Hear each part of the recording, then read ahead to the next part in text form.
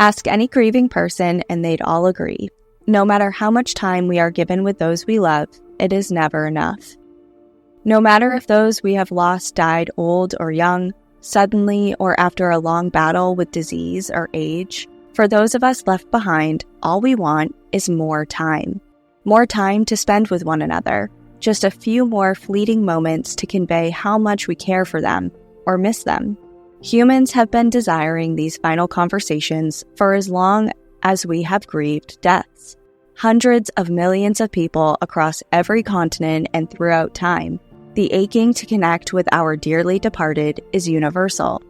Many cope with this need through prayer or seeking the aid of mediums. While at times this is certainly comforting, these avenues can lead to one-sided conversations or putting trust in a stranger in hopes that what they are communicating back to you is true.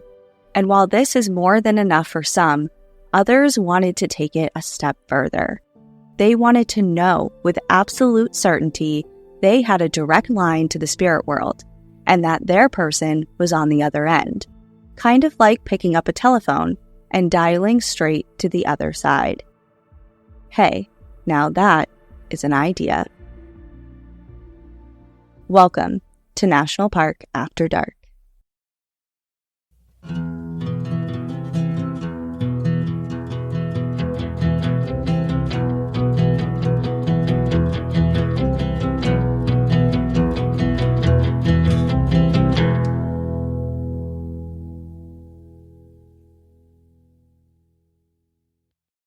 I'm really excited for this episode because you've hinted and you've told me off of the podcast what this is about. And now I'm very excited to hear the story because I don't know it at all. So I'm excited as well. And I really enjoyed researching this topic. And I hope it's going to come across in a way that like gives you everything you want. But there is some parts that I was not expecting. And I think that it's going to leave you wanting more a little bit. Okay. Okay. Because I certainly want more for sure. But yeah, so today we are, is the beginning of spooky season here at National Park After Dark and around the world. And we are doing every week this month is going to be somewhat spooky themed.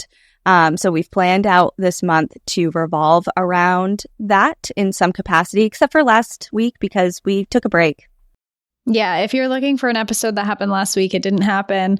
I'm not sure if we ever announced that outside of social media, but last week we did take a break, but we're back. Yeah, we're back, baby. And today we are going to a national historical park in New Jersey. Fun. Oh, New Jersey. We haven't been there yet. No. For the podcast. Yeah.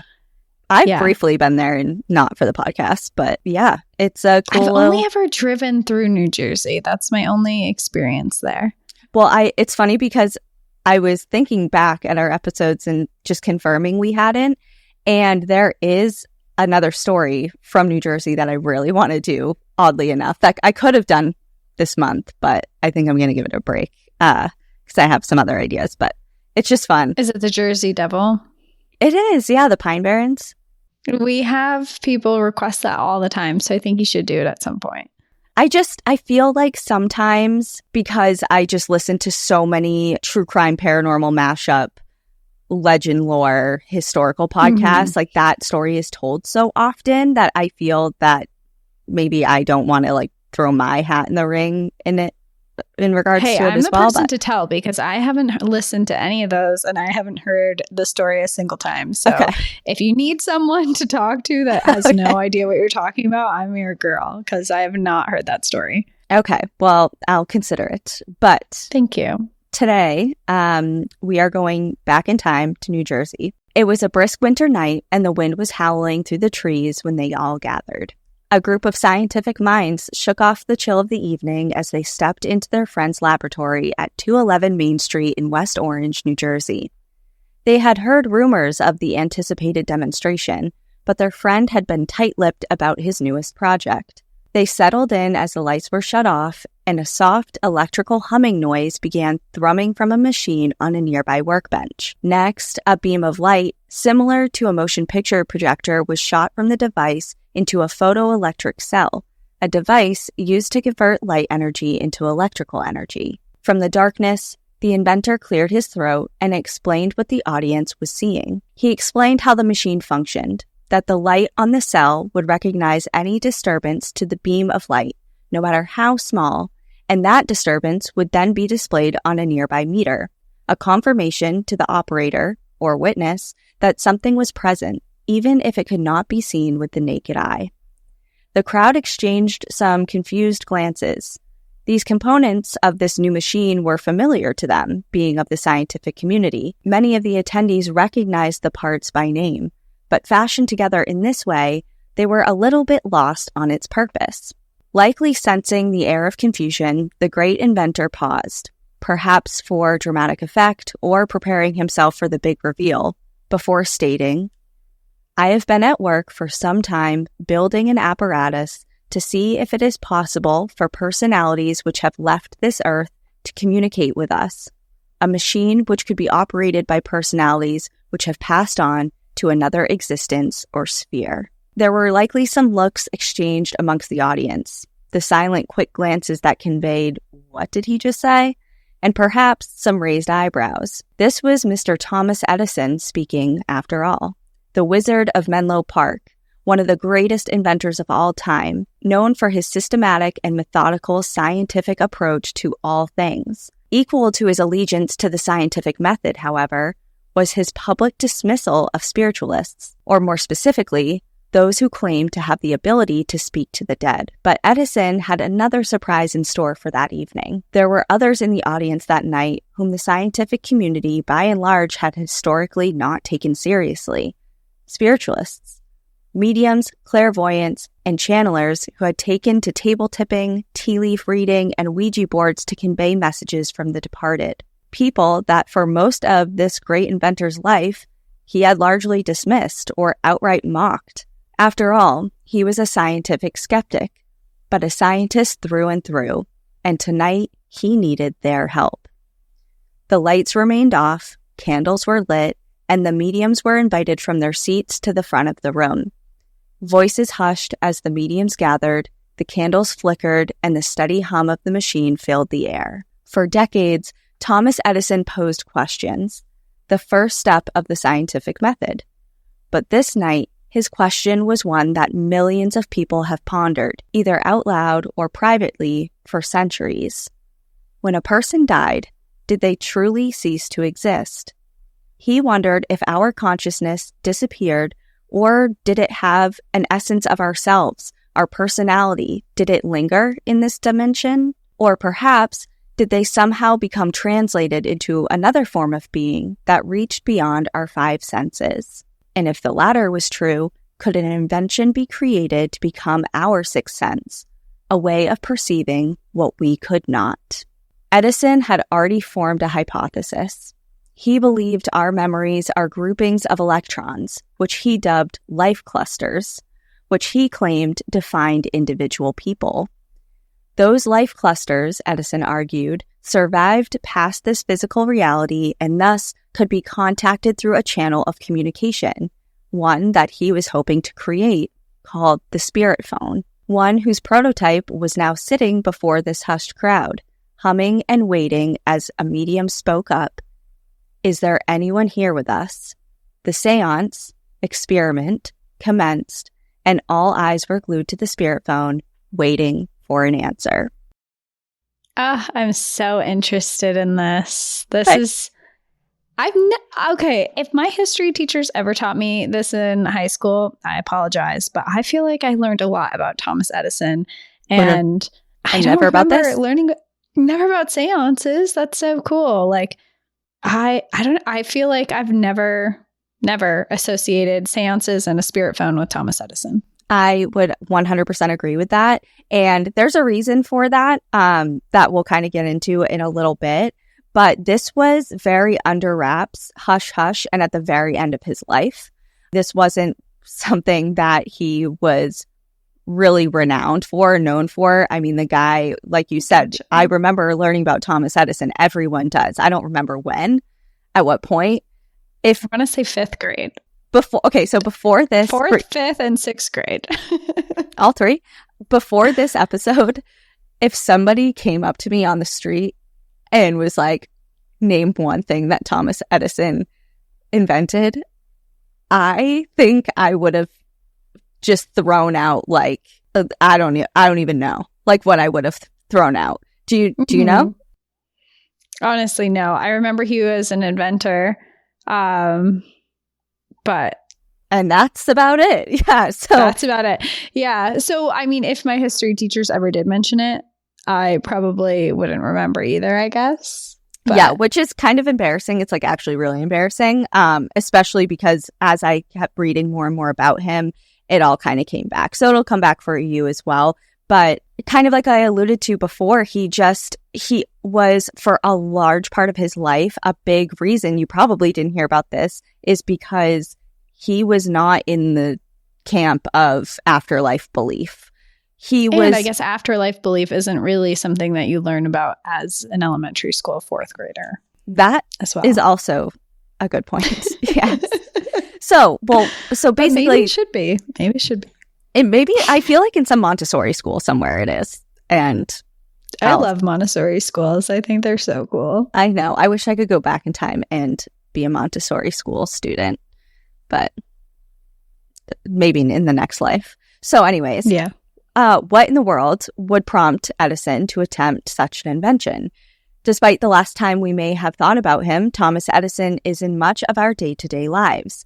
His inventions light up our cities, created the first municipal power supply grid, and made it possible for early musical artists to preserve their works on phonograph cylinders.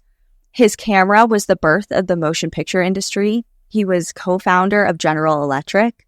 He is cemented in history as one of the most brilliant minds and one of the most prolific inventors. He was granted more than 1,000 patents in his lifetime. To be exact, it's 1,093. And that record held for over 80 years. We remember him today for all of those things and more, but not many know that he spent his last decade of life geared towards communicating with the dead, seeking to prove an essence of life persists after bodily death. So let's learn a little bit about Thomas Edison before we go on, because I think context is key here. Yes, please, because I feel like I'm missing. When you just said some of the stuff that he invented, I'm like, right. Yes, right. I do slightly remember he's part of everything. yes.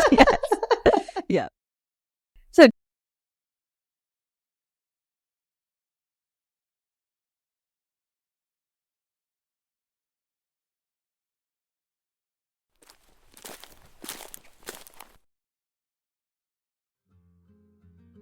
have you ever walked into a store and been overwhelmed by all the options of wine that there are? I know that I sure have.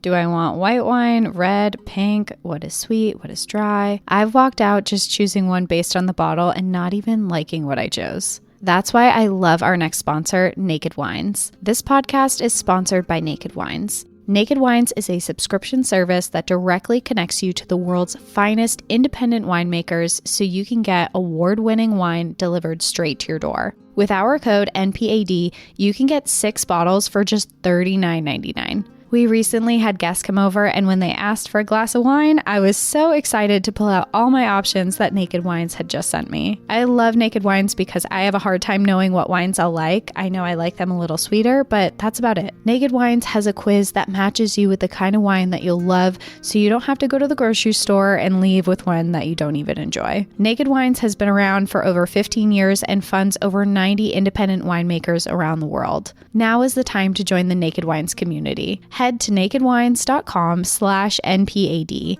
and put in our code NPAD for both the code and password for 6 bottles of wine for just $39.99 with shipping included. That's nakedwines.com/NPAD and code NPAD for 6 bottles of wine for $39.99.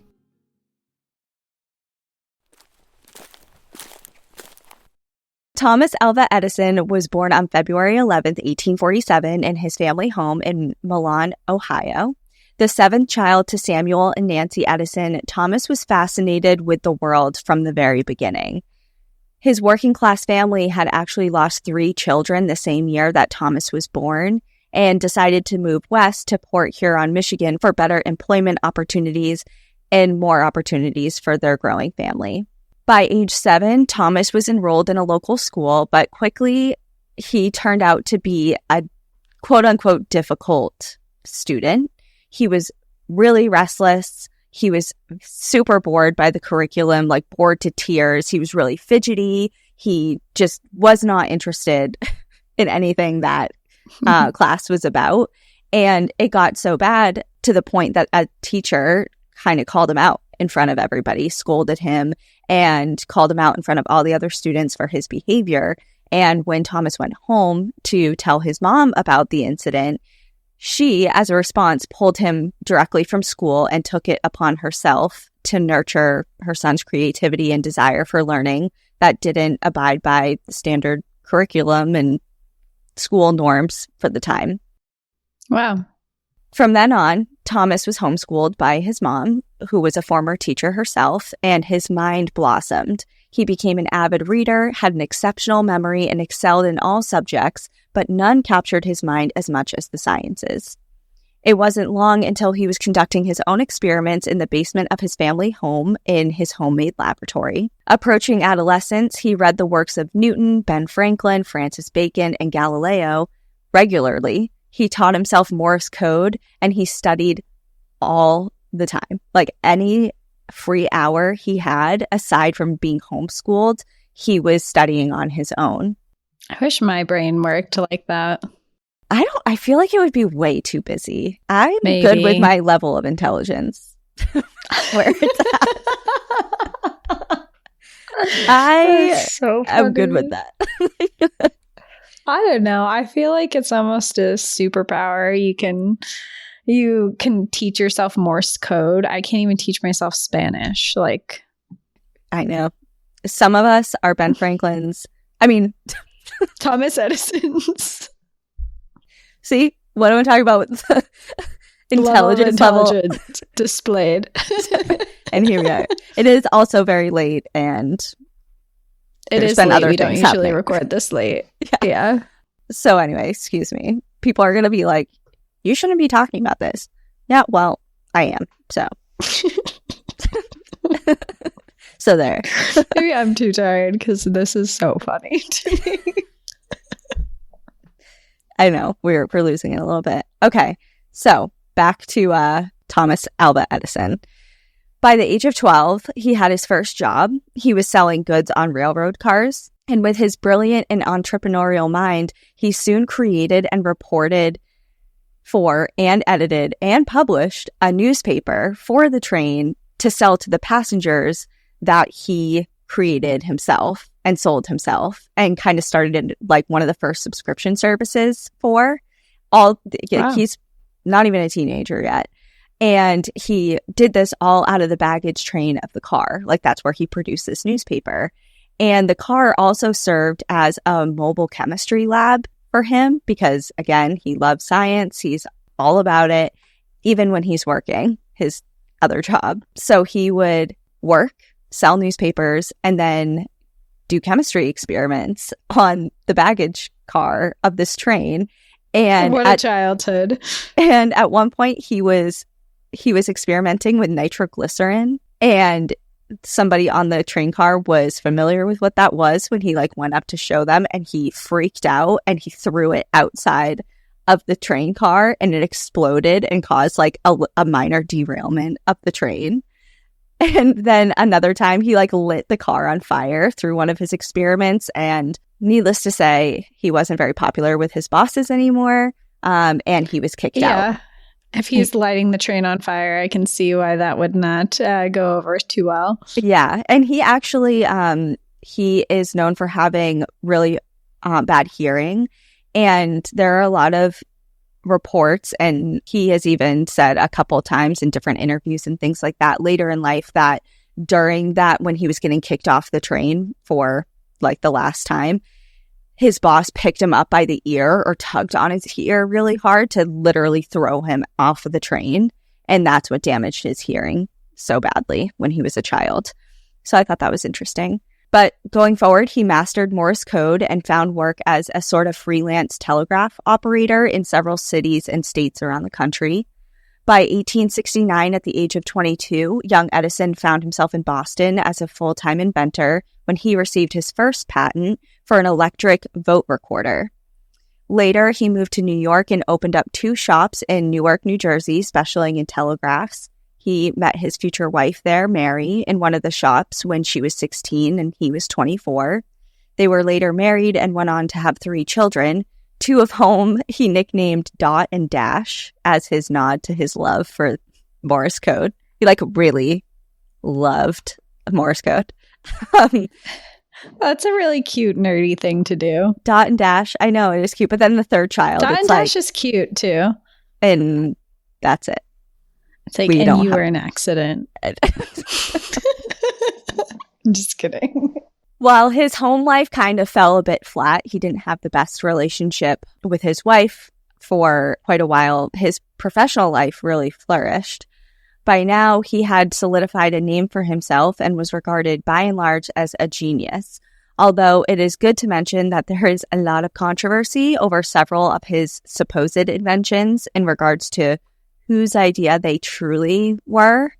But despite some of the ideas maybe coming from other people, the patents to those ideas and thus their claims to success are truly his and belong to him.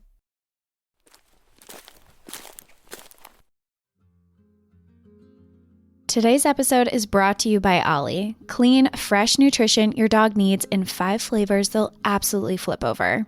I love my fur babies, Tucker and Ember, so much, and I want them to live as long as possible and be as healthy as they can be. You don't have to be a veterinary nutritionist to know that feeding your dog real, whole foods with minimal processing is one of the best choices you can make for their health. Honestly, I think my dogs know that too, because both Ember and Tucker are really picky eaters and only will accept the best of the best. So I was really excited by how much they love Ollie. With absolutely no harmful fillers, no preservatives, Ollie is made in U.S. kitchens with ingredients carefully sourced from trusted growers and producers around the world. Because the time between Ollie's gentle cooking and your dog chowing down is minimal, they don't need preservatives to extend shelf life. With 5 protein-first recipes like fresh beef with sweet potatoes, fresh turkey with blueberries, and fresh lamb with cranberries, you might start thinking, dang, my dog eats better than I do.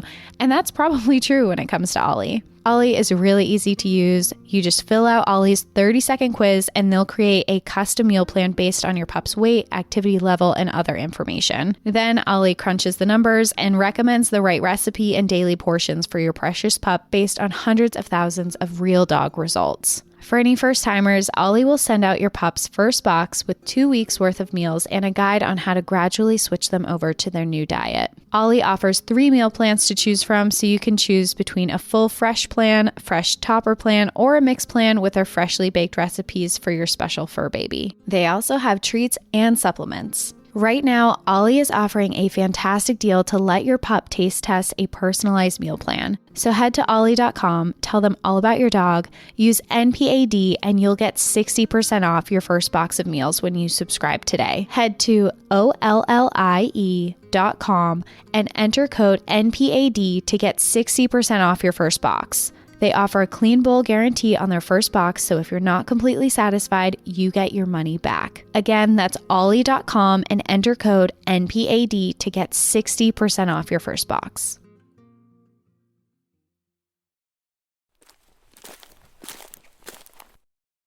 Edison grew up during a big crossroads in this country. He was born just a year before the boom of spiritualism across the United States and Europe. By the 1850s, it had a chokehold on society. Even President Franklin Pierce and his wife Jane, along with President Abraham Lincoln and First Lady Mary Todd Lincoln, were known for inviting mediums to and holding seances in the White House, which we covered in episode 182. Mm-hmm. While the public remained divided on the matter, Edison remained removed from it, largely focusing on his own inventions and work throughout the boom of the Second Industrial Revolution. Although he did sit at seances conducted by one of his employees named Bart Reese, who was a clairvoyant and medium, and he did have a lot of works from famous mystics like Emanuel Swedenborg in his own personal library. So he did show an interest, at least, in maybe understanding what it was about without fully subscribing to it. Okay. The desire to connect with deceased loved ones is nothing new, and that hope has never gone away, although there have been times in history where it has spiked, mostly in the wake of large-scale death events. For example, in the years following the Civil War, only added fuel to the fire of spiritualism and the desire for connection to deceased loved ones. Hundreds of thousands of widows, orphans, and childless parents flocked to mediums for their chance to connect with family who they had lost in the bloodiest war ever fought on American soil.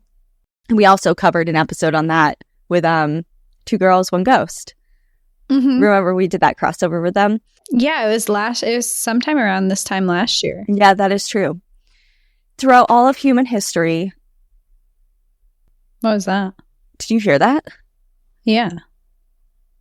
I don't know. You're awakening the spirits. I am, and I'm actually kind of a little... That was freaky. I don't know what that was. It sounded like something fell. It did, but I don't know what. I'm kind of like trapped in between a bunch of cords to like, I can't really go see. Okay. Is anyone here with us? Okay, Kim, hold on. I'm nervous. Okay, well, let's keep going. And, if anything is with us, then it needs to like blink my light. Like, what light? The light that's on my face. This ring light. Oh, the ring light. Okay. Yeah. Then very we'll specific. Really know. I like it. Yep. And this is on video. We're on YouTube now, so you can watch this all go down if it happens. If it happens, yeah. I kind of hope it doesn't until like the very end, so I can just like get through this. Yeah, get through this. All right. So throughout all of human history, the desire to understand death and what follows has been woven into our experience. But not until the 1880s was science introduced to the scene, and likely began to pique Edison's interests specifically. The Society for the Psychical Research and the American Society for Psychical Research were founded, which applied scientific analysis to paranormal events for the first time, creating a new way to study and research psychic phenomenon, which prior to was left up for individual interpretation and trust in whoever you're going to see, whether it was a medium, a channeler, or a psychic, clairvoyant, whatever you want to call them. There was no way to measure what they were saying. No science was behind it. And now, during the 1880s, that's starting to change. It reminds me a lot of what we see with Ghostbusters today, where people go in with the meters to see if anything's interacting, if there's any type of electrical charges or currents that are happening around you. Yes. Like it's hard to just be like, oh yeah, I had this feeling. It's like, okay, well, what type of feeling? Was the temperature different? Like in that one spot, like let's look at the temperature gauge. Like let's look at hard numbers to correlate any findings with the feelings or the messages you're getting or whatever. Like that's when this really started to happen, and there was more scientific support for different phenomenon that was happening. So that's kind of where Edison started to get involved. And gotcha. He's such a science brain that he needs measurable, tangible things that he can explain. Yes, precisely. And he spent most of his professional career at the height of the Second Industrial Revolution studying people and demographics, basically determining a potential market and then inventing a device aimed at those consumers that need this thing now. He wasn't necessarily being like, I have this brilliant idea out of nowhere. He was studying people and being like, what could people do with? Like, what do people need? And what could they utilize? And what would make life easier or better? Or what can I create that doesn't exist yet that would solve this problem? So it was a time of new industry, the Second Industrial Revolution, expansion, inventions, and Edison was thriving. Remember, he had over 1,000 patents by the time he died. Like, he was churning them out. Yeah. Among his achievements, is the incandescent light bulb, the motion picture camera, phonograph, central power station, vote recorder, improvements to the telegraph and the telephone, the phonograph, and the alkaline storage battery. By the time Edison was well into his career, it was also a time when spiritualism was beginning to be scientifically studied, and in that crossroads, he had an idea that would bridge both worlds. As I mentioned, Edison had been vocal about his beliefs for a long time, that most psychics and mediums of the time were hoaxes that kind of just preyed upon the vulnerability of those in deep grief. Especially at that time in history, just as we mentioned after the Civil War when our nation was just collectively grieving and mourning, so too was the nation and the world mourning the loss of millions and millions of people who died during the Spanish flu pandemic. On the other side of the coin, though, he thought there could be some science to what these mediums practiced. Perhaps it was another calculated invention, one which he wanted to build to fit a need that he saw arise in society in deep grief and mourning, or maybe it was his own genuine curiosity. But either way, he began his work on a spirit phone. A staunch believer in Einstein's theory of special relativity, that nothing truly faded out of existence, Edison believed that the universe was made up of eternal matter that was neither created nor destroyed, and that all of life on Earth was purely a physical manifestation of that energy. Thinking that perhaps the energy of the deceased could be amassed to exert pressure on our reality, his desire was to invent a machine that would allow waves of energy to pass through it and be registered on a meter. He then compared the way that he envisioned this working as if, like, you're speaking, a human voice is speaking into a megaphone, and the megaphone, that device, increases the volume of our voice and how far it travels. So he's basically trying to find a machine that's going to amplify even the slightest energetic signatures. Mm-hmm. He planned to develop this device that could register movements of groups of electrons, or the clusters of life that he had dubbed them, that proved the existence of life after death, and in conjunction, he would then develop a code that conveyed yes or no responses that proved sentience and intelligence to the energy moving. So in short, the spirit phone was not really a phone the way you picture a phone, but an energy indicator. Sure, that makes sense. Developing the machine wasn't the hard part for Edison, believe it or not. The hard part was testing it, and he had to do this by summoning spirits. So, in other words, to test his invention, he needed the help of mediums and clairvoyants as a way of confirming his results. Which he didn't really believe in before. Yep, exactly right. Or maybe even during this, because this is all kind of seems like an experiment for him. Like, he has no idea how it's going to turn out. So he has all these subjects and this idea and theory of what might happen. He's hypothesized on what's going to happen, but it seems like he's probably throughout this entire process pretty skeptical that he's going to have any results that indicate what he's looking for. Yep, absolutely. And Edison wasn't the only notable scientific figure who was open to this idea. Benjamin Franklin, Alexander Graham Bell, Isaac Newton, and Albert Einstein were all on that list, who either studied prophecy and astrology, seriously considered reincarnation, had books about the paranormal or the afterlife on the shelves of their personal libraries, or held firm beliefs that extraterrestrials were among us. But none played a bigger role or served as a bigger rival to Thomas Edison than Nikola Tesla, who just so happened to be at work creating his own ghost phone. Oh, there's competition. There's two ghost phones. There's two. Oh my, which one's better? Are we Thomas Edison or Tesla fans? You're going to have to decide. Interesting. I love that there's all these brilliant minds that are taking this very seriously, and because obviously this is something that we believe has importance. So to hear like these minds, these incredible minds that have gone down in history hundreds of years later are interested in the same subject.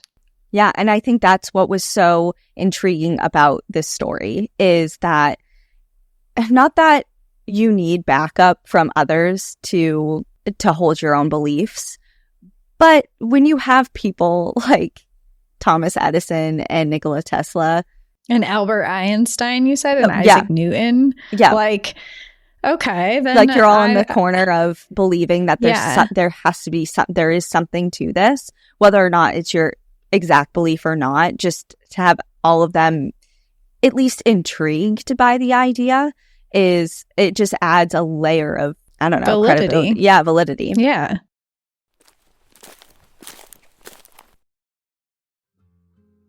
This episode is brought to you by IQ Bar. Let's be honest, eating a balanced breakfast is hard as an adult. It's easy to just over-caffeinate and then grab something that's unhealthy and easiest and head out the door. But that's why I love IQ Bar. Their plant-based protein bars are my go-to for a quick fix breakfast that have brain-boosting ingredients, plenty of protein, and have great flavors. Their IQ Joe provides energy without caffeine jitters. Thanks to magnesium, it also boosts focus and mood with its magnesium and lion's mane blend. And now, just in time for fall, they also have their limited edition pumpkin spice flavors. On top of what I need for breakfast, they also have their IQ mix for hydration with 3 times as many electrolytes as sports drinks, which is my go-to to have on my long hiking days out on the trail. The Ultimate Sampler Pack is a great way to try all IQ Bar products and flavors. You get 7 IQ Bars, 4 IQ Mix Sticks, and 4 IQ Joe Sticks. All IQ Bar products are entirely free from gluten, dairy, soy, GMOs, and artificial sweeteners. IQ Bar makes the #1 brain and body nutrition bar, hydration mix, and instant coffee in the US. And right now, IQ Bar is offering our special podcast listeners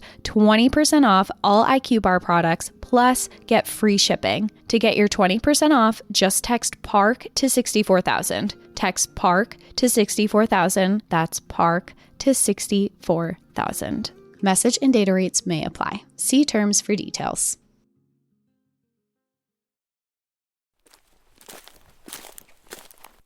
In 1898, about 20 years prior to any mention of Edison's work on an afterlife phone, Nikola Tesla was hard at work in his Pikes Peak laboratory. He was conducting research on weather, specifically thunderstorms, and to do this, he constructed receivers to use radio frequency that would indicate approaching storms. And the radio transmitter worked really well. It was not hooked up to power or any electrical source and was doing what it was supposed to do, which was to pick up static signatures generated by lightning. However, it was also picking up other signals, ones in which Tesla was unfamiliar with. Initially, his observations of these mystery signals terrified him. He was well accustomed to other electrical disturbances like lightning static, things that are natural in nature, like anything from signatures from the sun, the aurora borealis, and more. He had all noted those and was familiar with those. But these that were coming through on this night were different and completely unknown to him. He heard what he thought were voices speaking in a language he couldn't understand. Oh. He wrote down his observations and thoughts in his journal as he pondered what he could have just stumbled upon, finishing with, quote, "The feeling is constantly growing on me that I have been the first to hear the greeting of another planet." At a time when radio transmitters were nearly non-existent, Tesla pursued his interest in these signals as he began receiving more and more human voices. And historians can't help but wonder if he was amongst the first to hear what we now classify today as an EVP. Edison wasn't aware of Tesla's discovery at first, but word soon got back to him that he was at work looking into this realm, and that was a big problem for Edison. He was known to be competitive. Like competition. Yeah, he was known to be really competitive, but no one was a bigger rival to him at this time than Nikola Tesla. Born in Serbia, Tesla was Edison's biggest competition. He was his own genius. I mean, he traveled, studied, and worked across Eastern Europe before landing a job at one of Edison's companies based in Paris. And he only worked there for about 6 months, but it was long enough for his brilliance to catch Edison's personal attention. Tesla went on to actually work for George Westinghouse, which was Edison's rival company in the race to supply cities with power. And Edison took notice of that. And there is an entire chapter in history about the Edison-Tesla rivalry. It goes really deep. It's long. I mean, it got to the point that Tesla was offered a Nobel Prize and he declined it and he rejected it because he had to share it with Edison. I actually feel like this part of history is striking. Like, I feel like I remember learning about this. There's something called the War of the Currents that they were battling. This is definitely ringing bells. Okay, yes. Yeah. So it is really intriguing and really interesting, but it's not really relevant to this particular story. Just good to know that this is his rival. Yes, other than to know that they're both working on something similar and they're pretty much rivals at this point. But just know that Edison was keeping a really close eye on Tesla because he wasn't just his main competitor, both intellectually and business-wise. He just wanted to know what he was up to, what he was patenting, working on, what his beliefs were, like where his work was headed. He just always had tabs on Tesla.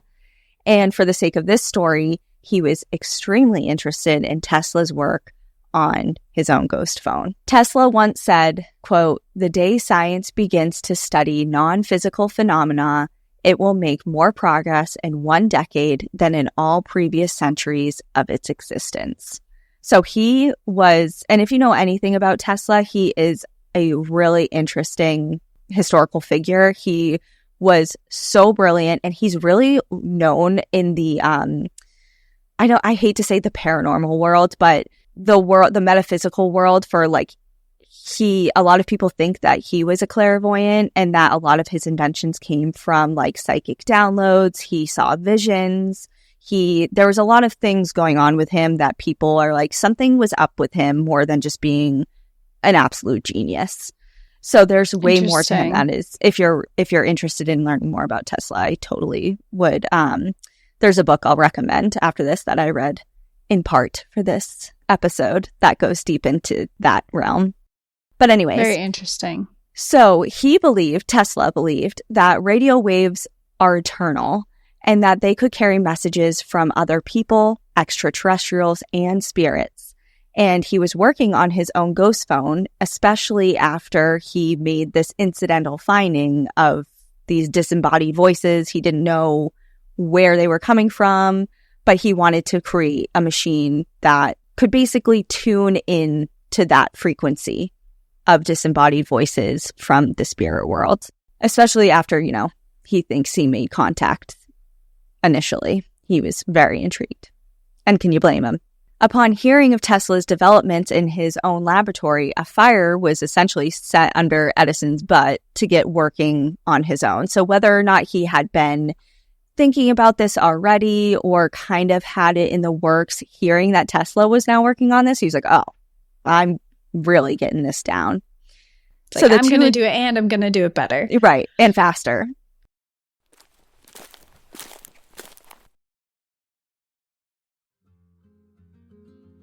Finding a doctor can be daunting. Getting in contact with the doctor you need can be difficult. Getting an appointment quickly can be even harder. And then there's the big question, are they going to accept my insurance? There's a healthcare app that makes getting an appointment so much easier for you, and it's called ZocDoc. ZocDoc is a free app and website where you can search and compare high-quality in-network doctors, choose the right one for your needs, and click to instantly book online. We're talking about in-network appointments with more than 100,000 healthcare providers across every specialty, from mental health to dental health, eye care to skincare, and much more. You can even filter specifically for doctors who will accept your insurance. And one of my favorite parts, you can also see their appointment openings and just click and book a time that works for you. Plus, ZocDoc appointments happen fast, typically within just 24 to 72 hours of booking. You can even score same-day appointments. When I need to book a doctor's appointment, I use ZocDoc. So stop putting off those doctor's appointments and go to ZocDoc.com/NPAD to find and instantly book a top-rated doctor today. That's ZocDoc.com/NPAD. ZocDoc.com/NPAD.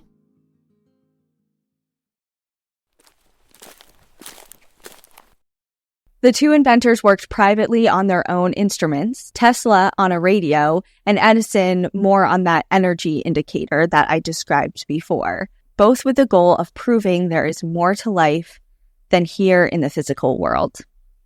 Two of history's most brilliant minds were convinced there was something to this, yet they both died before they could achieve their goal of an afterlife communication device.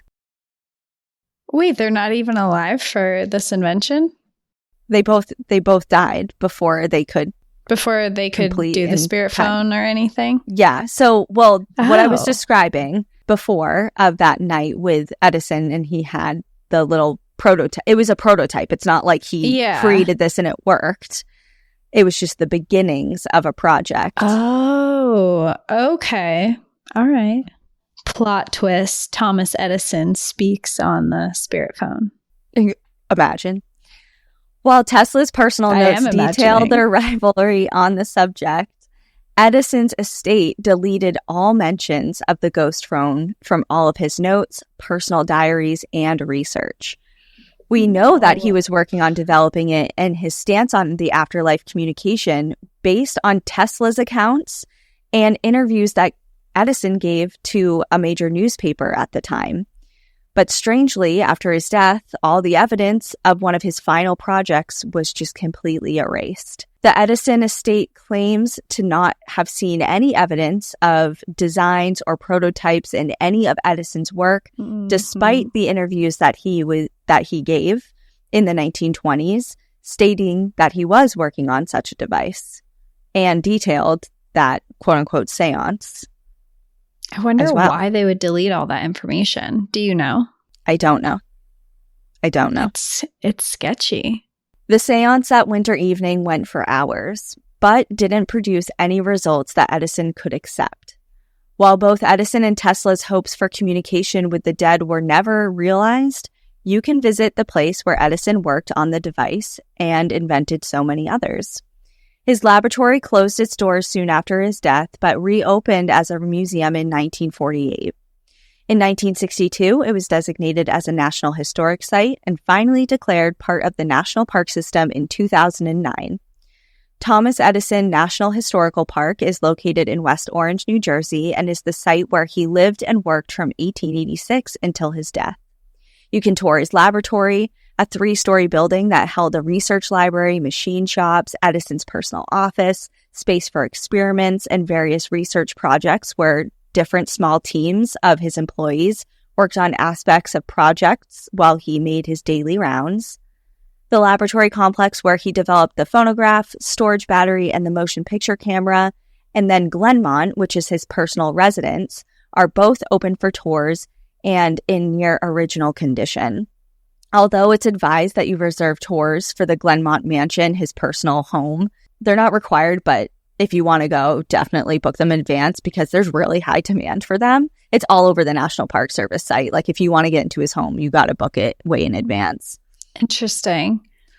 Not only is the park a memorial to American innovation, under Edison's ownership and control, the property and buildings became the nation's first industrial research center and invention factory, essentially becoming the blueprint for research and development shops of the future. And although the spirit phone and the ghost phone never came to be, the mere idea of them marks a universal desire to have just one more conversation with our dead friends, family, and loved ones. To say, I love you, I miss you, or I'm sorry. And while that technology hasn't come yet, and perhaps never will, there is another type of phone that brings comfort to the grieving, and that is called the wind phone. And I know I've mentioned this to you before because I have used one. But I had to put this in here at the end because I think it's so beautiful. And it's a phone and it has to deal with talking to dead people. So it's relevant. Yes, it is. I love that you're adding this. In 2010, Aituro Sasaki, a garden designer living in Japan, was grieving the loss of his cousin when he decided to purchase a phone booth. The phone was not connected. There was no dial tone, no cords or wires connecting it to any power source. The connection came simply from him. he would pick up the receiver and speak to his deceased cousin. The conversations may have been one-sided, but the relief and comfort he felt from physically picking up a phone and being able to talk as if his cousin was on the other end brought such immense comfort to him. The following year, a massive earthquake triggered a tsunami that decimated the coast of Japan that left over 18,000 people dead. Sasaki's garden phone, which he named Kaze no Denwa, which translates to telephone of the wind, was salvaged, and he opened his phone to his grieving community. Word spread, and to date, over 40,000 people have visited his telephone of the wind to connect with those most important to them who just aren't physically here anymore. But you don't have to travel to Japan to find a wind phone. In fact, there are over 200 of them in the US alone, mostly in public outdoor spaces. And there's a website that I'll link this source to find a wind phone near you if you're interested, because it has an interactive map with pins across all the world, but clearly for us in the US, that has all the known locations of wind phones out there. And like I said, they're largely found in nature. They're on side of trails, in public parks, near lakes, on public benches, like anywhere that's in nature and a little secluded for privacy and grieving purposes. Mm-hmm. And they're typically disconnected rotary phones affixed to trees or in a small little built kiosk, accompanied by a small plaque that reads something like, quote, "This phone is for everyone who has lost a loved one. The phone is an outlet for those who have a message they wish to share with their lost friends and family. It is a phone for memories you never got to say." And then usually there's a little dedication to someone in particular of why that phone was placed in memory of someone. Mm-hmm. But yeah, so I have been to Wind Phone. I've used a Wind Phone. I went to one when I lived in Olympia to talk to Ian and my dad.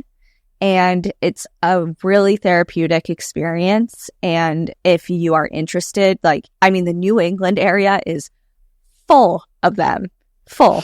That's so cool. There's a map that someone put together with all of them. So Maine, New Hampshire, every Vermont, state, almost every Massachusetts. Yep.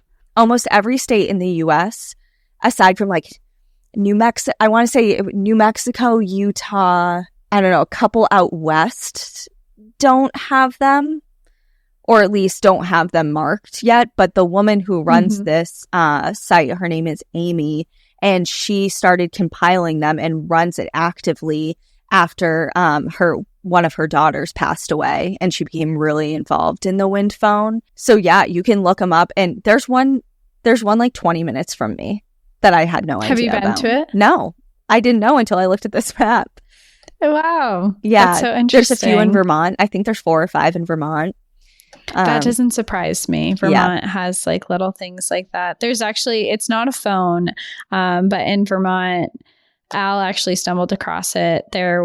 He was out on a trail one day, and he's out on this trail, not near a road or anything like that. And he came across a mailbox, and on the outside of the mailbox, it said Dad. And then when you open it up, there was a spot where you could write letters to your dad. And it had hundreds of people had filled this out too. And a lot of it was to people who had dads who had passed away. And then there were others that were letters to their dad if they didn't have communication with them anymore, but a therapeutic way to speak to their fathers, which is really nice. It's so beautiful. And I think that anyone who is even vaguely interested in how that would feel should try it, because there is something, especially with the Wind Phone, there's something about picking up a physical phone receiver and putting it to your ear, dialing their number, and talking. There's something about that is just so deeply healing that I understand why they're so popular and gaining popularity as time goes on. All right, briefly back to Thomas Edison before we wrap this up. Okay. On his deathbed, Thomas Edison was surrounded by 8 empty test tubes. Rumor has it one of Edison's closest friends, Henry Ford, had requested his final breath. After his passing, Edison's son, Charles, had the test tubes sealed with paraffin wax and gave one of them to Ford, which was lost for a number of years before being rediscovered in the 1950s. And it now sits at the Henry Ford Museum in Dearborn, Michigan, labeled as Thomas Edison's last breath. And while that's cool, what I find the most special isn't his final breath, but his final words. On October 18th, 1931, he was in and out of consciousness when just hours before his death, he awoke, opened his eyes, and said to those next to him, "It is very beautiful over there," before slipping back into a coma and passing away. To what he was referring to, we can only guess, but maybe one day his life clusters will come back and tell us. The end. I love it. I love how you ended that. What a cool story. What a cool episode. Yeah. And perfect for October, for spooky season, and a different vibe than, it's not like your typical paranormal, but yeah, still paranormal. Science and spiritualism combined. Meet. Yeah. And yeah, I know that was kind of all over the place. I'm very aware of that. Not my most eloquent put together story there's not really like a beginning, middle, and end. But that's largely because, as I was saying in the beginning, the subject, like I see this subject all the time, like Thomas Edison's spirit phone, and there's so many articles about it, and there's so many little pieces about it, but there's really not a lot of information. So a lot of that I got from a book. It's called Edison versus Tesla, The Battle Over Their Last Invention.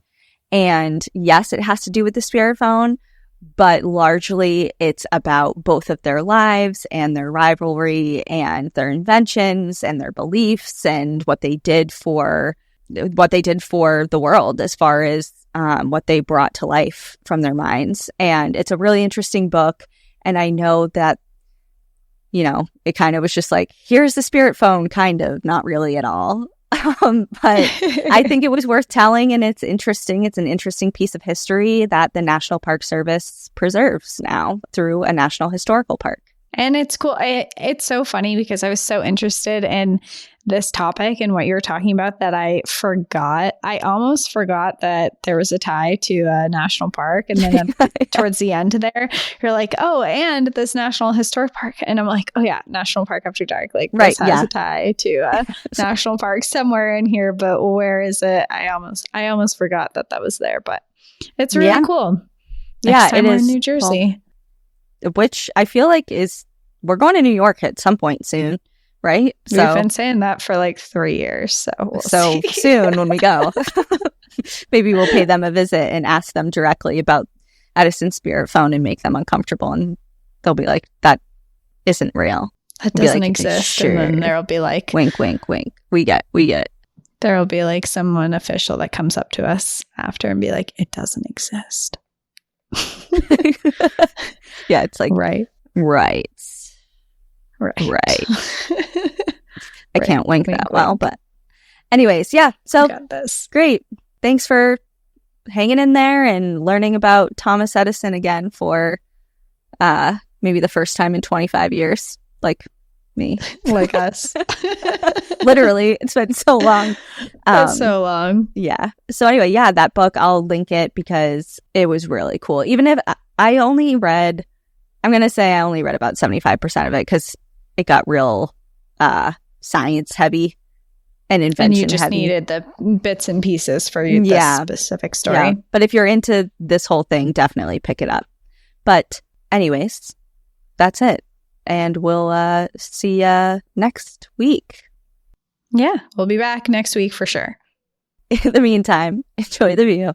But watch your back. Bye. Bye.